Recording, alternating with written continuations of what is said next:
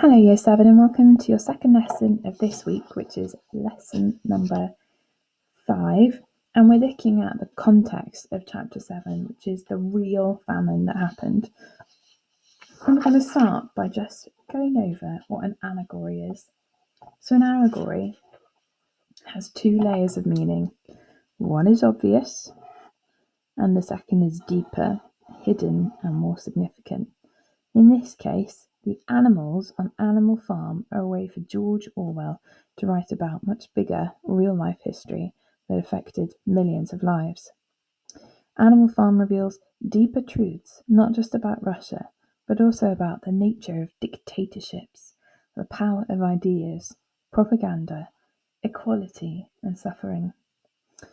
So the obvious meaning of Animal Farm is that the animals are animals and they take over and they try and run the farm themselves, but the deeper meaning is all about Soviet Russia and these themes here. So that's dictatorships, that's when one person's in charge, power of ideas, propaganda, which is what we looked at with war poetry, the importance of equality, all animals are equal, and suffering, the nature of human suffering. Okay, so the real context of Animal Farm is something called Holodomor, and it's got a special name, Holodomor, and it happened in Ukraine. If you don't know where Ukraine is, have a look. It used to be part of the United Soviet States of Russia, the USSR, and now it's a country in itself, although part of it has gone under Russian control again. Holodomor means the extermination by starvation. They believe that they were intentionally killed by being starved of food. And about 4 million people died in this famine, which is a lot of people. Nowhere else in the USSR, which I said it's an old-fashioned name for Russia, nowhere else in Russia was the famine of those years so terrible. 4/5, that's most of its victims, were Ukrainian. Most of them were peasant farmers who had been stripped of everything, their land and livestock, when Stalin's regime herded them into large collective farms. So when we talked about communism and class, you would have discussed how everything is under joint ownership.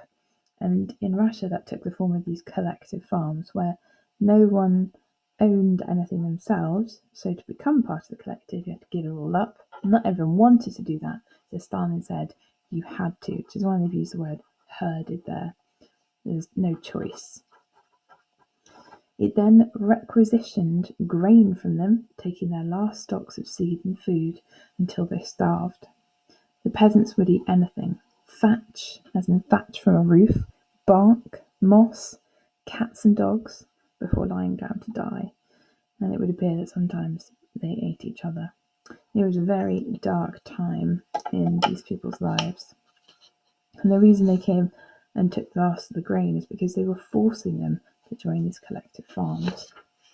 Now, there is a short video, it's 15 minutes long, and it has interviews with survivors, and you may find it upsetting. You can stop and watch it now. The link is on Show My Homework under the link to this, or you can come back to it. But if you find it upsetting, stop watching. But it is real history, and it's important not to pretend that bad things happen. So if you'd like to watch the documentary, it's there. If you do, you should be able to answer these questions. The peak of the Holodomor, which I think was January 1933. The majority of the victims were Ukrainian peasant farmers. Stalin's regime caused it by taking away their livestock and then their grain. And it means extermination by starvation. And the worst hit areas are the agricultural centres. Okay, so about 3.9 million people died, which is actually 13% of Ukraine's population. It's hard to know exactly, but that's what they think. Think about 13% of a population, that's a pretty big piece of the pie. That's a lot of people.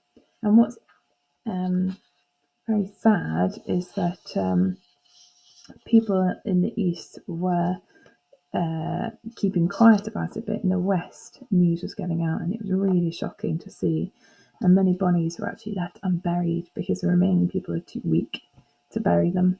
It was very sad times. So you can see this headline here from the Daily Express: the horror of the Ukrainians, unburied by tourists with secret camera, starved men and horses dead on the roadside, left foodless by Moscow's swoop on crops.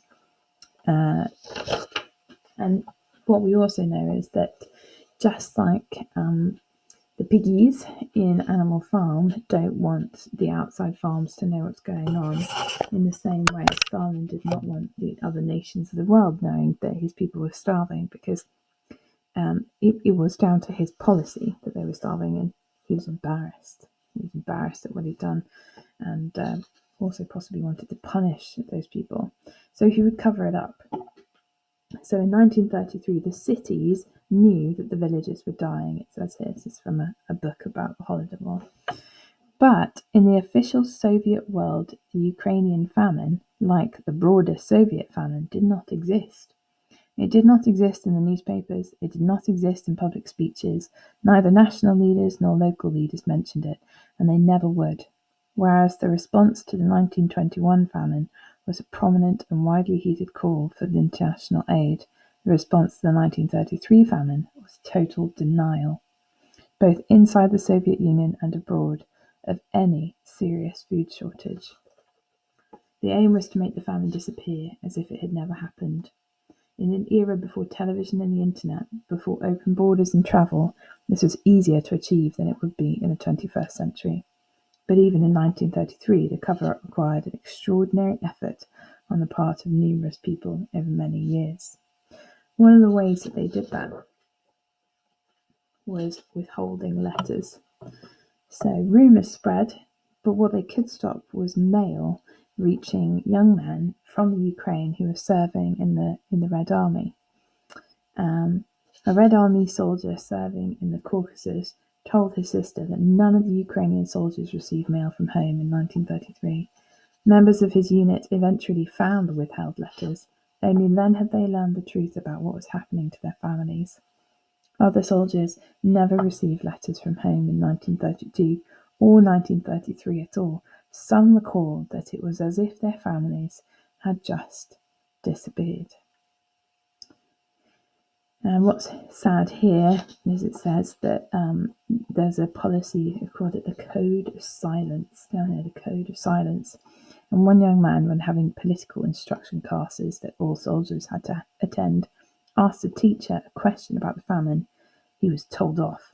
There was no famine, and there cannot be. You will be locked up for 10 years if you keep talking like this. Students and workers sent to the countryside to help bring in the 1933 harvest were often told bluntly not to speak of what they had seen. Out of fear, many obeyed, were told to sew up their mouths, one remembered. The Code of Silence. Okay, so after the famine, many of the people who had suffered in it were unable to talk about their experiences for a long, long time. And hopefully you've learned lots today about Holodomor, and that will give you an insight on Animal Farm. If you would like to, what you could do is see if you can make some links between Animal Farm, the book, and what happened in real life.